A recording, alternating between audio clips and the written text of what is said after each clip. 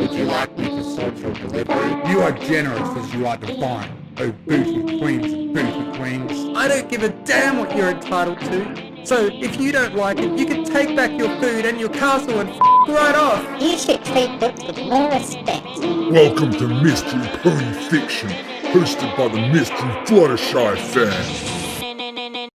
Grinded Pony Hooves by Kaidan.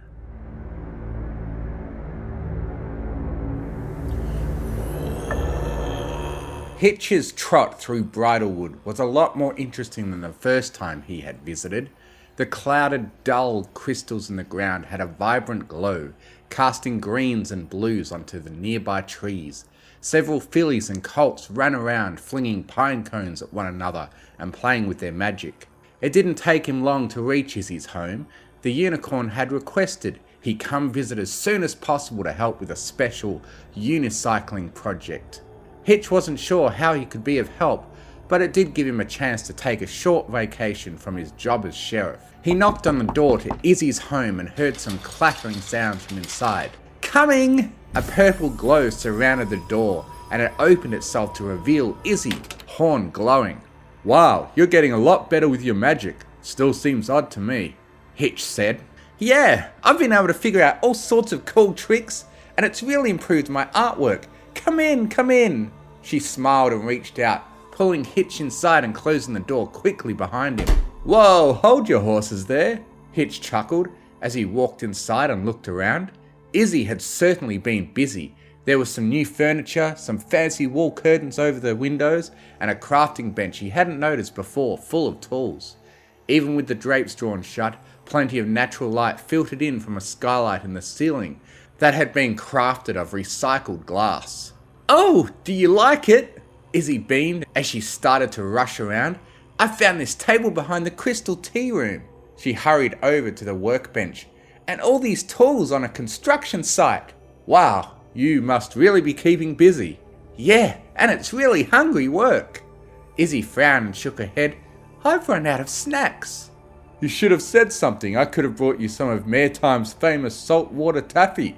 Izzy chuckled and began trotting in a circle around Hitch. "Oh, I had another snack in mind.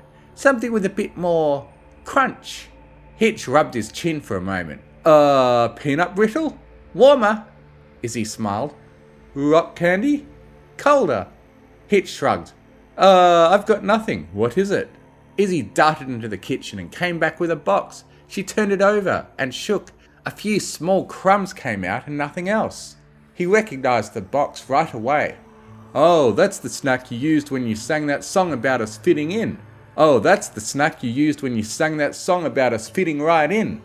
"Ground pony hooves?" "Grinded pony hooves," Izzy corrected. "So what are they? Are they like those little sugar wafers that taste like chalk they sell in convenience stores?" Hitch asked. "Nope, they're 100% organic pony hooves." Izzy was bouncing slightly from hoof to hoof in excitement. "They're super high in fibre and keratin." Hitch laughed nervously. "No pony would actually make a snack like that, would they? I mean, all those stories about tongues like lasers and teeth like tacks were just, well, stories." "Oh, not every story is as nice as the tales you've heard of Sugar and Spice." Izzy's horn glowed, and there was a loud clunk. Hitch's ears swiveled. That had sounded like a deadbolt. It was followed by a chain and a thunk of a wood beam. He turned to look at the door, which appeared a lot more like a bank vault than it had when he walked in. Izzy? I'm getting a pretty uncomfortable vibe here. Is this another one of your weird unicorn customs?" Izzy was grinning ear to ear, horn still glowing. "Oh, I suppose it's just one of my lovely little quirks. I look at your luminescence flickering in and out like a little firefly." Hitch saw that she was advancing on him and not breaking eye contact. He took a step backwards. "Izzy, I'm a sheriff, and if you don't stop this silly game, I'll have you arrested." "Oh, I'd like to see you try." As she laughed, Hitch's vision was filled with purple. The glow of magic had surrounded him, tickling at his fur and making him squirm in an attempt to break free.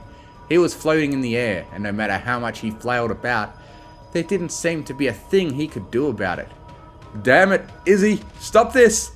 She set him down on the table. and he pushed himself up to get up. As he did, several thick straps were buckled closed across his legs, leaving him strapped down on his back and in a rather exposed position. "Izzy, I said stop! Now!" Hitch shouted. "Deploy! The shield!"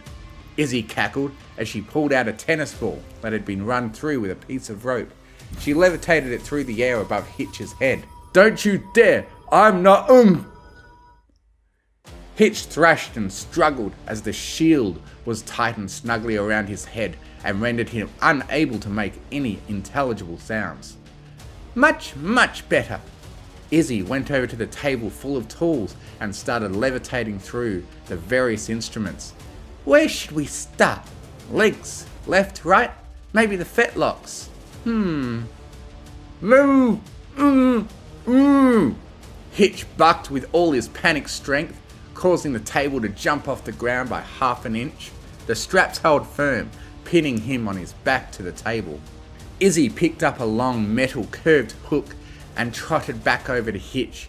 She twirled it through the air where he could see as she circled the table, tapping on his hooves. Any, miny, miny, mo, pick a pony hoof by the toe. The stallion couldn't believe this was happening. This mare had gone insane, or perhaps she always had been.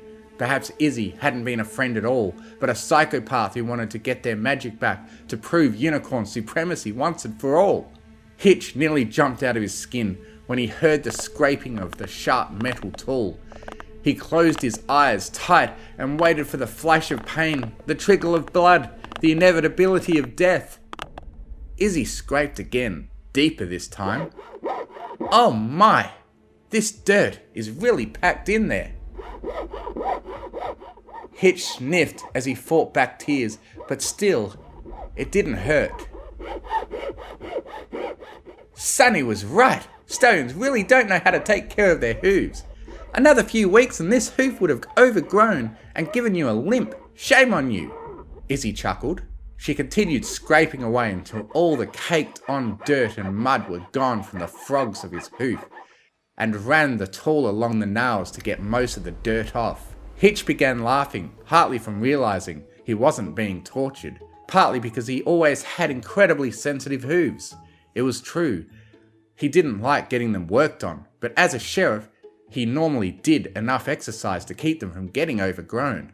Oh, there we go! Izzy whistled a familiar tune to herself as she finished removing the dirt from the final hoof.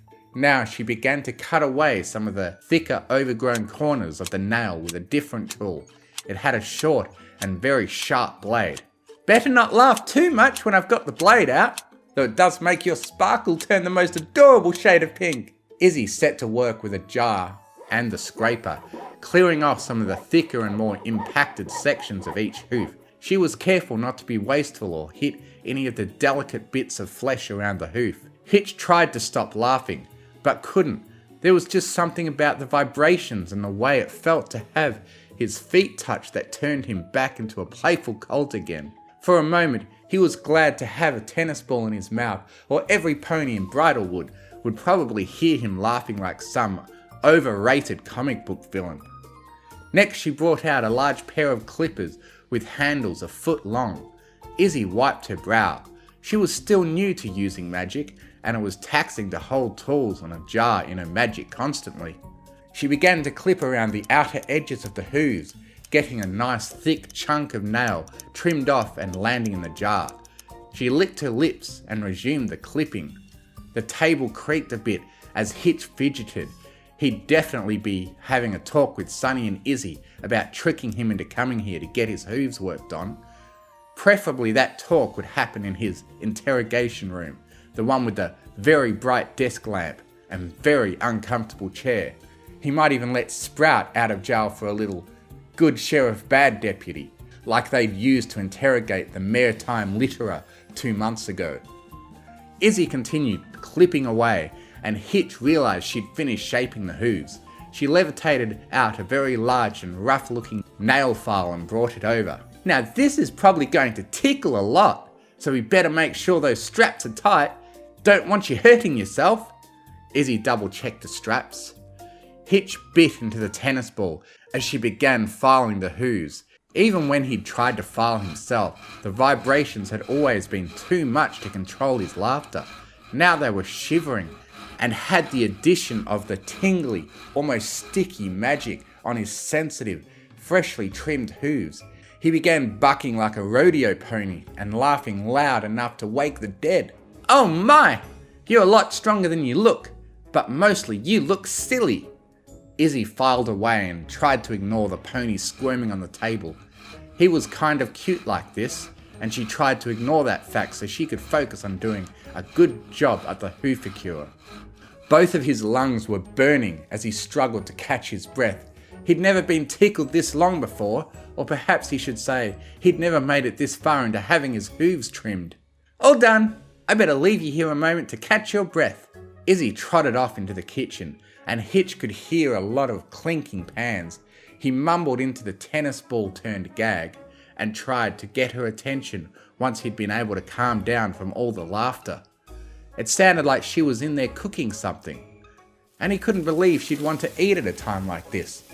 Had she forgotten that she had abducted and strapped him down to this table? Or that he was a sheriff that could arrest her? Hitch tried to count off all the bylaws that Izzy had broken, and was able to think of 7 by the time Izzy came back into the room. She was munching loudly on whatever she had prepared in the kitchen. It sounded like some pony eating chips in a movie theatre with their mouths open. "Oh, thank you, Hitch. You did a wonderful job." Izzy chomped down on her snack again. "Wonderful what?" Hitch asked. "Oh, well, I guess I did most of the work, but you were a good sport. I've never gotten to use my strappy table with another pony before." Izzy smiled and used her magic to untie the rope and remove the shield from Hitch's mouth. He spit out some yellow fibers from the tennis ball. "Izzy, you can't just kidnap a pony to give them a hoofacure." "Oh, well, like I said, you needed a hoofacure, and I was out of snacks." She munched down again. Hitch looked over to see her holding the box of grinded pony hooves. Izzy shook it, and it sounded full. "Oh no." He felt his stomach turn over and swallowed a lump in his throat. You want to try some?" Izzy smiled and levitated one of the snacks out of the box. It was shaped like a little horseshoe, but the colour and texture perfectly matched his hooves. The hooves that had just been assaulted with a hoofacure kit and trimmed. "Meh." Hitch gasped and nearly inhaled the tiny horseshoe treats that Izzy had levitated over to let him try. Luckily, he was able to get his lips closed in time to stop all but one from entering. Izzy floated the treats back and held them up in the air, dropping them one at a time onto her outstretched tongue. In his haste to close his mouth, he'd bitten into the one pony hoof that landed in his mouth. Luckily, she must have added some sweetener to it in the kitchen. Hitch found that it wasn't half bad, apart from the fact that he was eating tiny caramelized bits of his own foot. He tried not to think about it, so he could keep his lunch down. So can you unstrap me now, please?" Hitch asked. Izzy nodded and her horn lit up.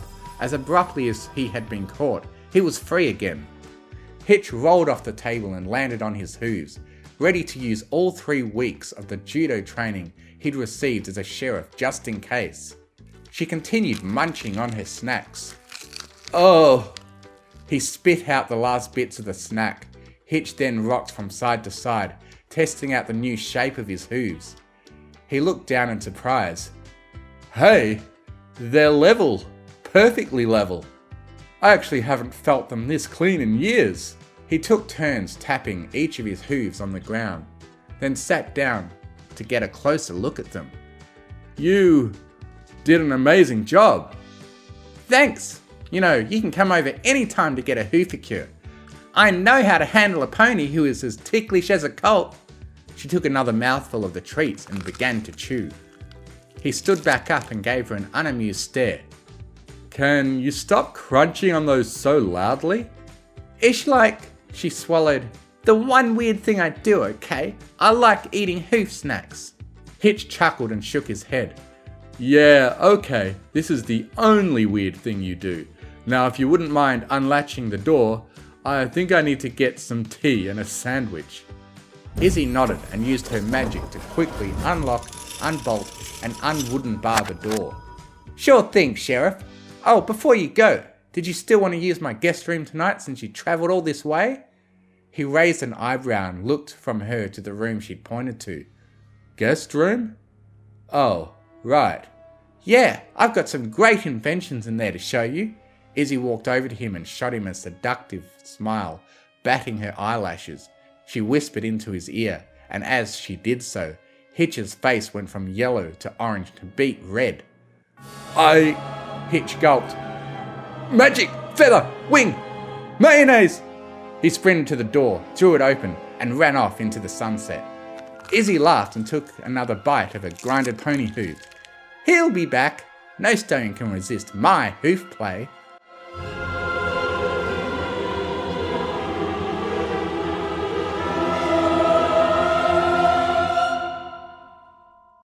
Thank you for listening. If you enjoyed what you heard, please consider joining my Patreon, patreon.com/TMFF, to get early access to audiobooks and to be able to request I do a reading of what you want, provided the author approves. Thank you to artlist.io for providing the massive music and sound effect library that I have to work with. And most of all, thank you to the bronies who write the amazing stories that inspire me to make these. Fluttershy and Izzy are best ponies.